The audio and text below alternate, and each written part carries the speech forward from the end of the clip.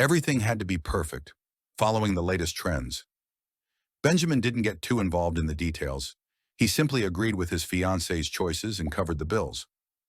My parents are modern and liberal, so they won't interfere, Alexia would say.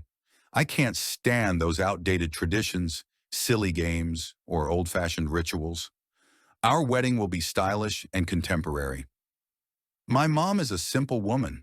She lives far away, so she'll only arrive for the ceremony, Benjamin reassured her. She won't try to impose anything. Linda indeed knew little about her son's wedding plans. She was simply happy that Benjamin was finally getting married and was preparing for the big day. She picked out a dress, told all her friends she was traveling to another city for a lavish hotel wedding, and felt proud of everything her son had achieved. At first, Linda thought about giving the newlyweds something for their home, a set of fine dishes or a beautiful quilt, but her friend Sandra convinced her that money would be a better gift. You've only met the bride once and you haven't even seen their new home, Sandra reasoned. First, you don't know what they need, and second, they have their own taste. Let them choose for themselves. Linda agreed. A cash gift was certainly easier to pack. Her suitcase was already full. Still, she decided to bring something special with her. The family Bible passed down from her mother, an elegant embroidered shawl, and a pair of beautiful glasses. Why are you dragging all that with you? Sandra grumbled. No one smashes glasses for good luck anymore, and a Bible won't guarantee a long marriage. Look at me. My wedding was grand. My parents followed every tradition, and Ron still left me as soon as our son was born. It's just how life turned out, Linda replied, carefully folding her things into the suitcase. The most important thing is that Benjamin is happy. I've waited so long for him to find a wife. I'd welcome anyone. Let's just hope she welcomes you, Sandra sighed. I have 2 daughters-in-law. One is an absolute gem. The other, nothing but arguments.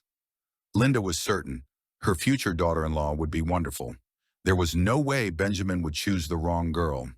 She knew Alexia was 8 years younger than him, came from a wealthy family, and that her parents had even helped the couple buy an apartment. Granted, Linda had only met Alexia once, when the young couple dropped off the wedding invitation.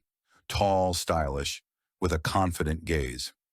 With parents like these, my grandchildren are bound to be beautiful, she had thought at the time. Mom, what are you carrying now? Benjamin called as he rushed past. We're about to leave. Drop the bags and come to the entrance. I'm bringing these glasses, Linda replied.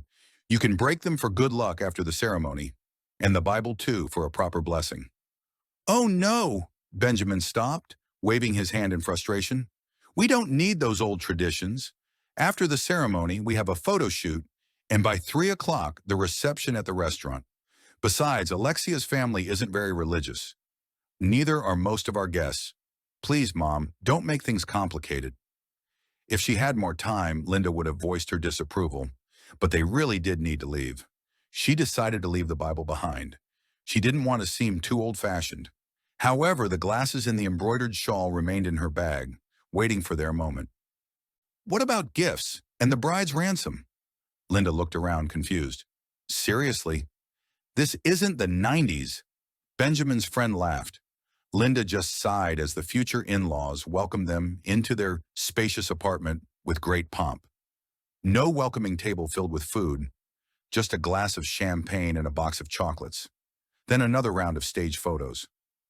After the official ceremony, the newlyweds left again for another photo shoot. Once again, Linda didn't get the chance to bring out the glasses for the traditional good luck toast. So she decided to wait for them by the restaurant. What's that in your hand? Alexia's mother asked, noticing the glasses. Alexia just shrugged skeptically, but the wedding host quickly caught on. In the end, the infamous glasses were broken, much to Linda's delight and to the confusion of the other guests. After the first dance, the bride and groom stood in the center of the hall as guests lined up to congratulate them and hand over their celebratory envelopes. Linda had a large greeting card in her bag, filled with heartfelt words, but she chose not to take it out. No need to look old-fashioned again, she thought to herself. Benjamin was beaming with happiness, his eyes never leaving Alexia. Her white gown shimmered under the soft glow of the fairy lights, and her smile never faded. It was such a touching sight that Linda almost forgot all the awkward moments of the day.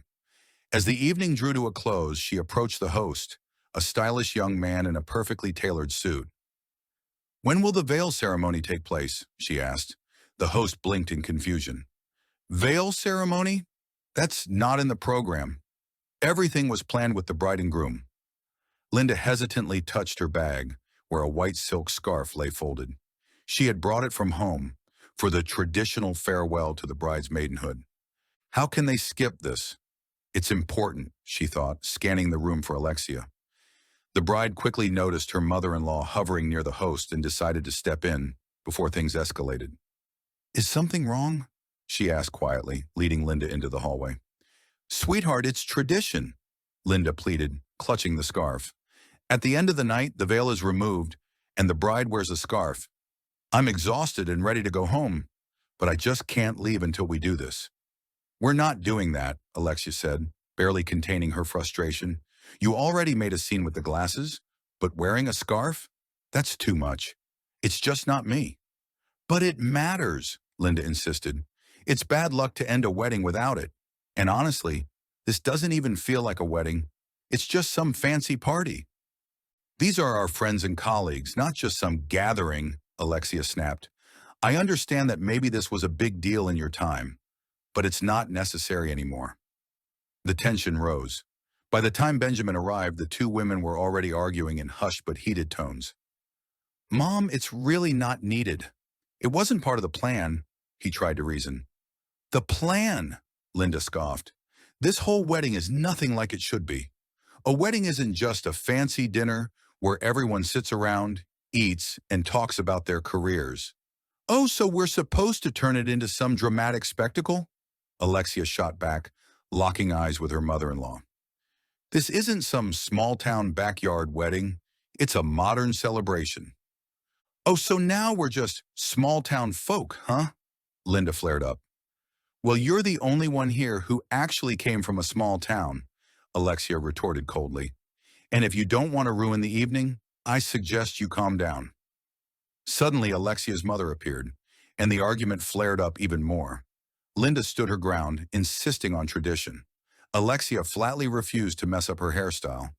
The bride's mother tried to defuse the situation, suggesting they could do something symbolic later, in a more private setting. In the end, the argument escalated until everyone was completely at odds. They only returned to the reception hall when the host called them back. "I'm going home," Linda told her son, clutching her bag. "We're about to cut the cake, then the final dance, and by midnight, everyone will start leaving," Benjamin replied. "Stay. In the morning, you can leave at your own pace." Linda sighed bitterly. "Everything is planned with you, even how the night ends." "No, I've had enough. I don't belong here anymore. I'd rather spend the night at the train station. At least there, no one will look at me with judgment." Benjamin offered to call a taxi, even urged her to stay the night at their place. But Linda was firm. Her disappointment overshadowed everything: the joy of the wedding, the pride she had felt for her son. Frustrated, she spent the night at the station, boarding the first train home in the morning. "Was it a nice wedding?" her neighbor asked when she saw Linda in the yard. "How many guests? Did your daughter-in-law's family treat you well?" "It was just like any other wedding," Linda replied shortly. "I'm just tired from the trip." She had no intention of telling the truth. And why should she? Neither her son nor Alexia had called in 3 days. Clearly they had other things on their minds. "Send them," Linda answered, feeling warmth return to her heart.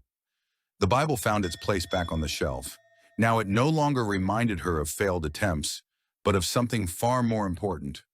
That love is not about control, it's about letting go and learning to accept.